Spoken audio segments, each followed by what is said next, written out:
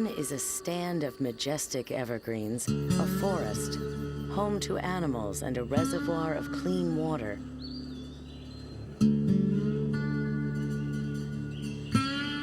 When is this same forest a natural resource, a rich source of raw lumber?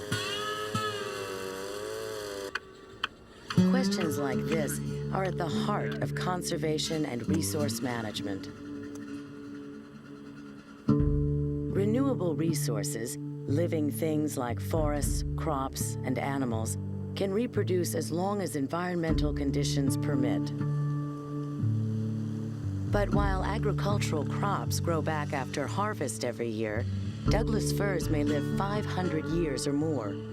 Regenerating a mature forest takes more time than our own lifetimes permit.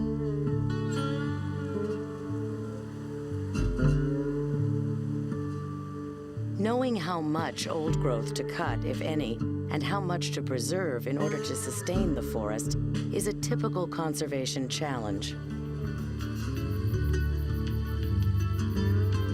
Some so-called renewable resources are actually inexhaustible.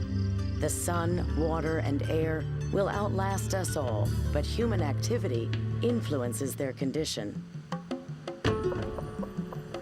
Non-renewable resources are those potentially exhausted by our use.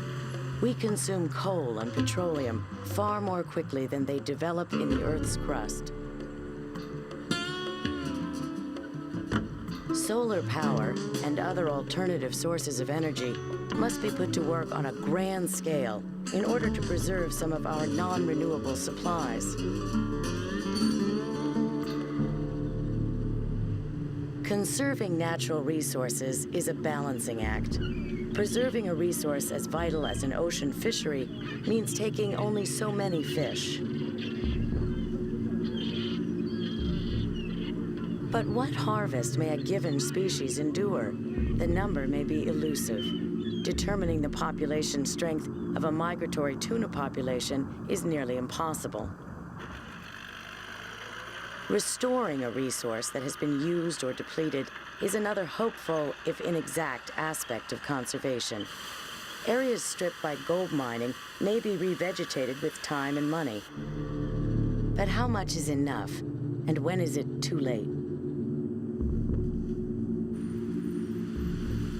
As the human population grows, with it grows our appetites for the things we need and the things we want. So grows the pressure on natural resources.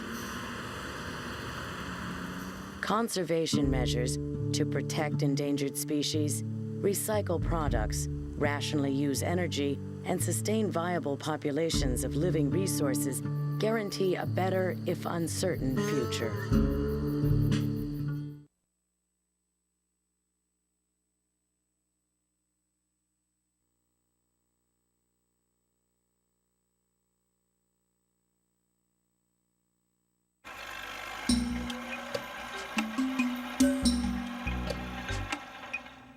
The U.S. produces about 9 billion plastic bottles every year, and about 2/3 of them wind up in landfills. But a lot of these containers aren't trash. Bottles made of polyethylene terephthalate, or PET, are recyclable raw materials that may eventually become backpacks, blankets, t-shirts, even fleecy pullovers. Preparing the bottles for their next lives requires a lot of moving and shaking. In this Maryland recycling facility, the bottles are separated from glass and aluminum recyclables and then baled like so much hay.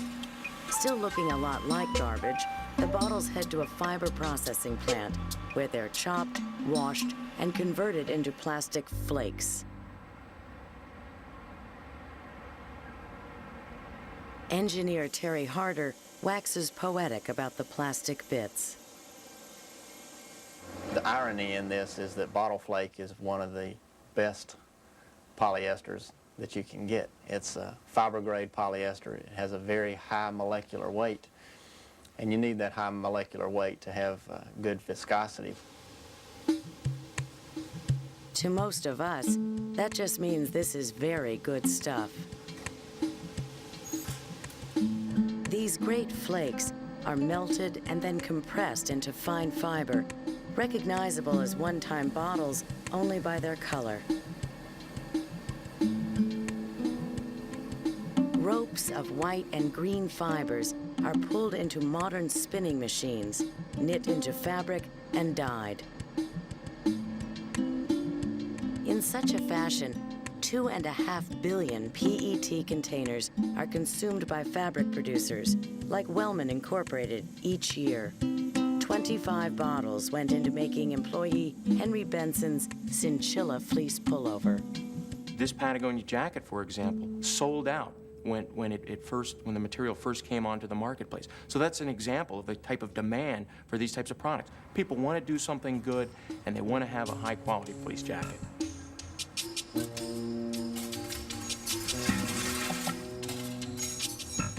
In the process of making all this good news, the amount of petroleum saved by using post-consumer recycled bottles instead of virgin materials is enough to power a city the size of Atlanta for a year.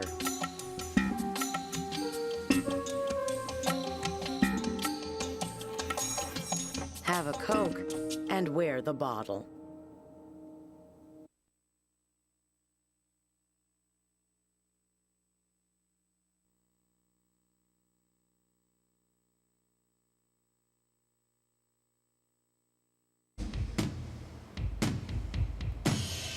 Even at the studio of Garfield cartoonist Jim Davis outside Muncie, Indiana, the treatment of sewage isn't a joke. Davis's family and 50 employees rely on a living machine to clean wastewater from the kitchen and bathrooms. Living machines, like Davis's, are alternatives to conventional wastewater treatment plants. These systems require chemicals to break down sewage, and they produce sludge. Living systems are modeled after natural wetlands and reduce the need to buy water and remove sludge.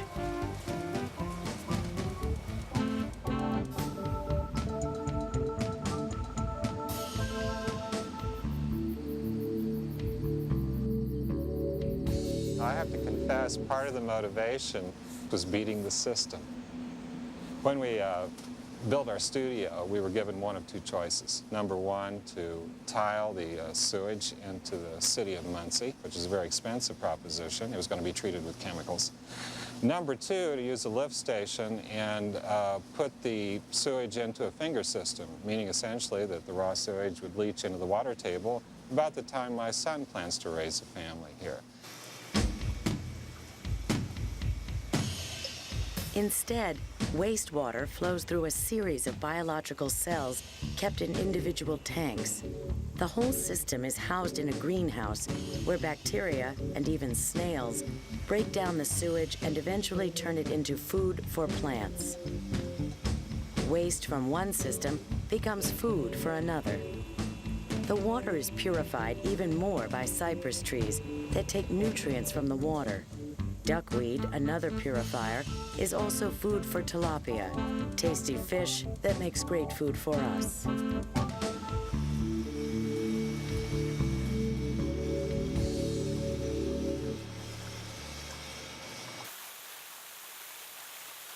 The final cleanup takes place in a replicated marsh. Here, papyrus, bulrushes, and ginger remove potentially harmful pathogens from the water before it's poured back into the world outside. At last count, more than 22 living systems in the U.S. and abroad were saving one natural resource, water, while helping to sustain plants and fish. Their success delights biologist Dr. John Todd, who developed the systems.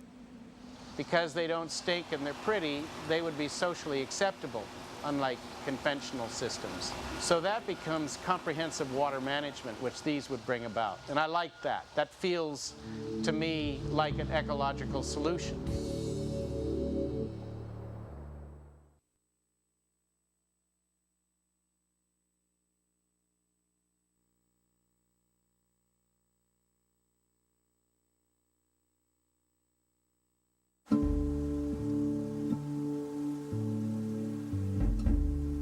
The development of naturally colored cottons has reduced the need for pesticides and chemical toxins.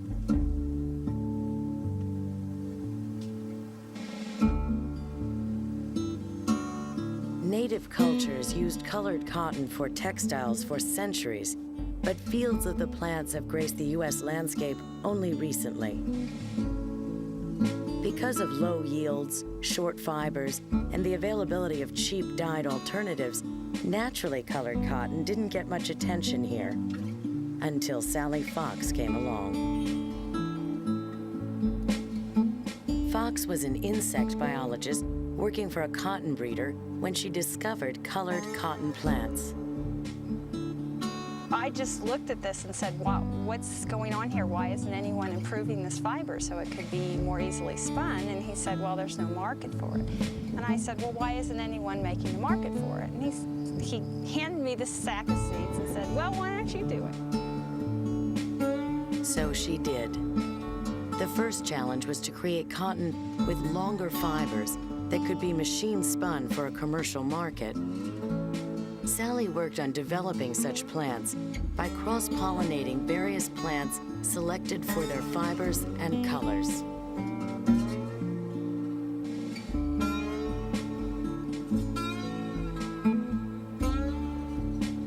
This is the female part of the flower right there. That's the stigma. And we've taken the pollen off of this flower last night. Now I'm bringing pollen from a different plant. You can see it's a completely different flower. And putting that pollen right on the stigma. Now, the seeds that develop in this cotton boll, this one boll right here, will be hybrid seeds, and they're the beginning of a lot of potential new variability. The new colored cotton plants have the same things going for them that native hand weavers have appreciated for centuries. There is no waste produced by dyeing, and the plants are naturally resistant to pests, so toxins aren't needed.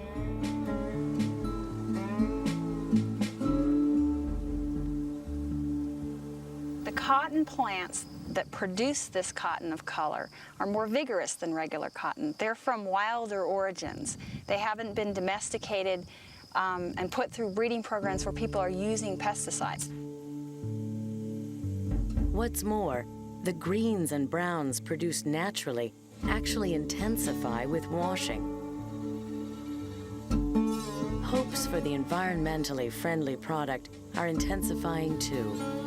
More and more bales of naturally colored cotton are being produced in Texas and California each year because demand for the resource is way up.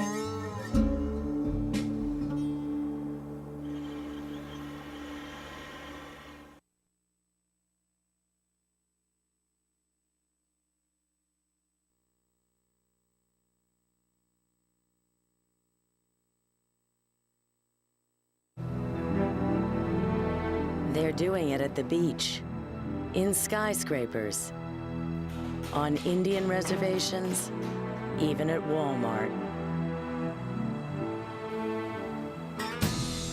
Making buildings from recycled and environmentally friendly materials. The guru of this so-called sustainable architecture, William McDonough, believes building materials should come from the earth and eventually return to it, without producing any waste. Native Americans in South Dakota have hired McDonough to help them build a sustainable community on the Pine Ridge Indian Reservation. The building is made of clay from the earth directly, and the logs all come from the trees that are right here, and they get replanted. So in 500 years, if no one lives in this house, it becomes the earth again without any poisons. Miles and cultures away, McDonough is building an equally environmentally benign office space in the heart of downtown Pittsburgh. Carpeting is kept to a minimum here to cut down on the waste of producing it and dust and pollutants caught in the fibers. All the wood is from sustainably maintained forests that preserve biodiversity. This piece of wood comes from a forest that's being maintained, that is full of wildlife, that will go on forever if we keep managing them properly. So that is part of the message of this kind of work.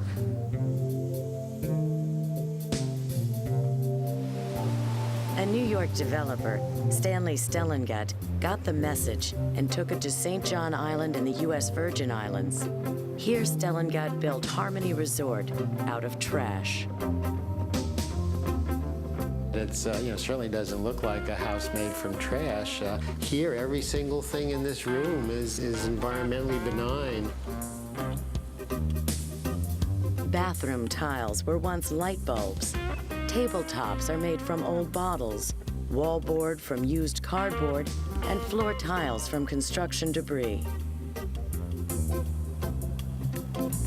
Walkways to and from these trashy dwellings are built high above the ground where they don't harm vegetation. The one-time New Yorker's paradise is fueled by sustainable energy from the sun. A solar-powered energy system converts sunlight into electricity for the entire resort. And though the resort is surrounded by salt water, fresh water is at a premium. So Stellengut installed low-water toilets and flow restrictors on faucets to save the resource.